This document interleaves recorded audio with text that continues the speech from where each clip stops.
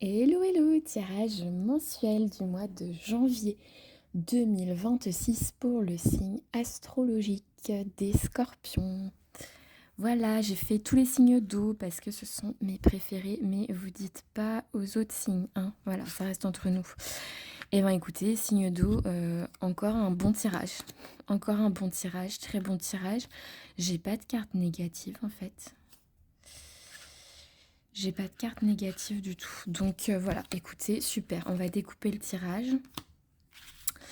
Donc hop, ici on a des cartes qui se répondent encore une fois. Donc ça me parle de la notion de famille, mais aussi d'arbre généalogique, comme on le voit ici. Je vous montre la carte de plus près.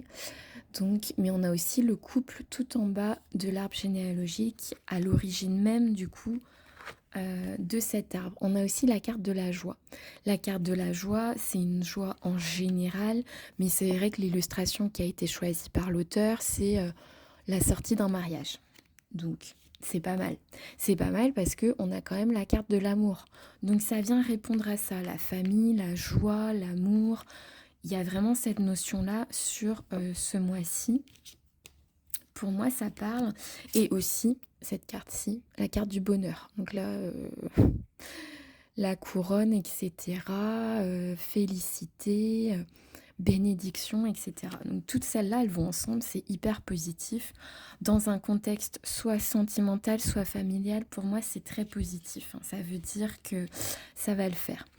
Ensuite, on a la notion de voyage. Alors, est-ce que vous êtes en train de penser au voyage 2026 ? Est-ce que vous avez des déplacements, peut-être la notion d'étranger? Est-ce que vous avez peut-être des membres dans cet arbre généalogique? Peut-être que vous avez un membre qui est à l'étranger, par exemple, ou qui fait beaucoup de voyages. Peut-être que vous aurez l'occasion d'aller en voyage, voir ce membre de la famille.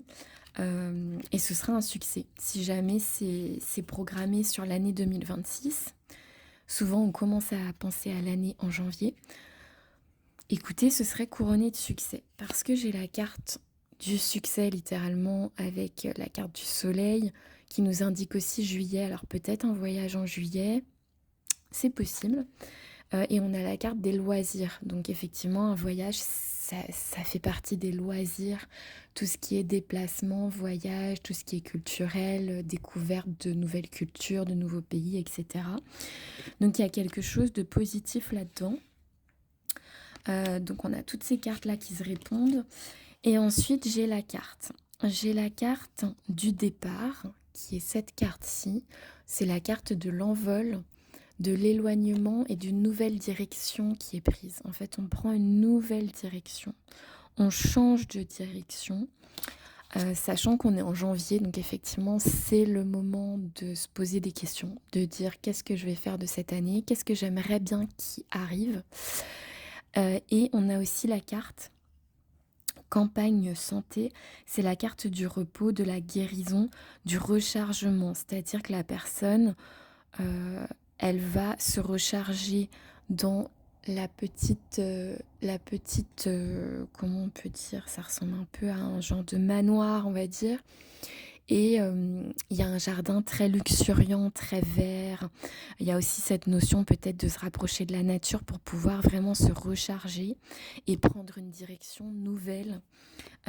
L'oiseau, avant de faire une grande migration, il a besoin de se reposer. Donc c'est un peu ça, il y a un peu cette notion-là. Et ensuite, j'ai eu les cartes intuition et ange. Donc faites confiance à votre intuition. Pour moi, vous êtes protégé. Vous êtes protégé vraiment.